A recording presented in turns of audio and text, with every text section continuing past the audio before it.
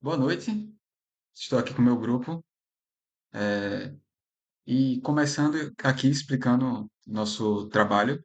Nós temos aqui nosso token, que ele é um struct, que ele possui um string chamada tipo, um string leshema e um inteiro de posição. Mais para frente a gente vai explicar mais como vai funcionar.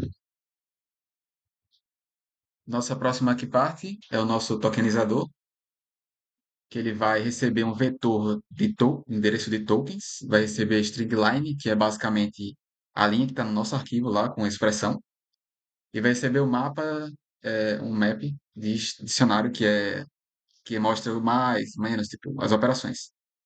Aí aqui a gente define o string número buffer, que eu vou explicar mais para frente como ele funciona. E primeiro a gente vai fazendo a interação sobre as linhas sobre cada partezinha do nosso arquivo. Se essa parte que está lendo for um espaço, ele vai para a próxima iteração, porque a gente não quer armazenar nada. Aí aqui nessa string a gente vai armazenar, como pode dizer, a parte, né, o caractere. Se for um dígito, ele vai armazenar esse dígito no número buffer.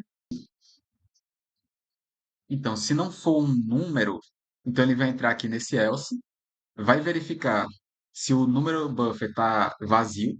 Se não tiver vazio, ele vai ver que tem números ali dentro do nossa variável. Então, ele vai marcar o token como tipo número, vai colocar o leshema, que é o número em si, e vai colocar a posição. Caso não for um número, caso for um parênteses, uma operação, mais ou menos, ele vai armazenar o tipo dicionário no dicionário, de acordo com o tipo, o leshema e etc. E caso não for nenhum dos dois, vai lançar um erro, que é o erro caractere inválido. Depois que a gente construiu o nosso tokenizer, né, definimos as expressões e tal, ainda agora vai construir a nossa árvore. E para isso a gente vai ter aqui três funções. Nossa primeira função é a parse expressão a segunda é a parse expressão m e a terceira é a parse expressão prim, né, a expressão primária. Primeiramente eu vou explicar essa parse expressão primária.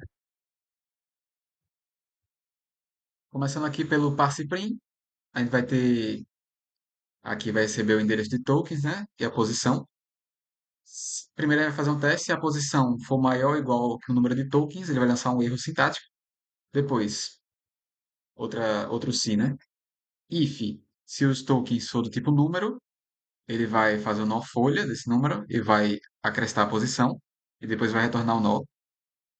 Se não for um número, se for um parênteses esquerda, ele vai acrescentar a posição e vai chamar recursivamente o passe expressão A, que eu vou explicar mais para frente. E vai ficar esperando um parênteses direita.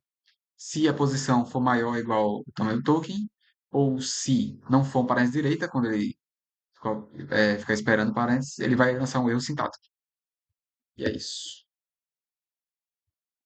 E nossa segunda função é o nosso passe expressão m, que ele primeiramente ele define aqui um nó esquerda e chama recursivamente o passe prim, que eu já expliquei anteriormente. Então, chegando aqui no passe expressão m, a gente vai testar se a posição ela é uma multiplicação ou uma divisão. E, e se for uma multiplicação ou uma divisão, o operador ele vai receber o leshema, né, que é de multiplicação ou divisão, e vai avançar a posição. O nó direita vai chamar recursivamente o passe prim. O nó em si vai receber o operador. O nó esquerda vai receber a esquerda, que definiu aqui no passe prim, que vai ser chamada recursivamente. O direita vai receber direita, que também vai ser uma chamada recursiva de passe prim. E a esquerda, que é esse valor aqui, vai receber o nó, que é o nosso operador. E por fim, retorna à esquerda se quando terminar toda a operação.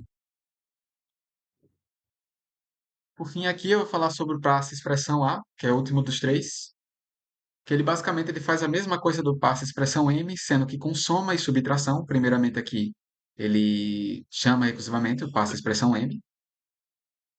Se for uma soma ou uma subtração, ele armazena o operador, o leshema, avança a posição. O direita chama recursivamente o passe expressão M. O nó ele vai receber o operador. O esquerda vai receber essa variável esquerda, que foi chamada recursiva de passe expressão M. O direita vai ser a chamada recursiva do prazo expressão M também, e o esquerda, que vai receber o operador. E por fim, quando terminar a operação, ele vai retornar à esquerda. Aqui nesse arquivo nós temos nosso interpretador, ele vai receber aqui a raiz, ele vai verificar se existe raiz esquerda ou direita, se não existir, ele vai ver que é um valor, então vai retornar essa história raiz valor. E aqui vai chamar esquerda, interpretador, que ele vai chamar recursivamente para testar, e direita é a mesma coisa. Aqui, se o valor for uma expressão de subtração, ele vai somar a esquerda mais direita, se for uma subtração, ele vai diminuir, e as outras operações, mesma coisa. Aqui agora a gente tem nossa classe de analisar, né? A gente vai receber os tokens, vai buildar a árvore, vai chamar o build, que eu expliquei já, que é o para construir a nossa árvore. Vai chamar imprimir fixo, que é basicamente a função que vai mostrar a árvore na nossa tela. Vai chamar interpretar, que é a função que eu expliquei mais cedo também. E caso ocorra algum erro, ele vai alertar, ele vai mostrar no terminal esse erro. Por último aqui, eu vou falar sobre aqui o nosso gerar código, que ele basicamente ele vai receber a nossa árvore, né? Vai realizar uma série de operações recursivas para gerar o nosso arquivo com o nosso código assembly. Aqui, como pode ver, se o nó for valor, ele vai fazer uma operação assembly. Se for subtração, vai fazer a operação assembly e assim vai. Basicamente é isso que esse gerar código faz.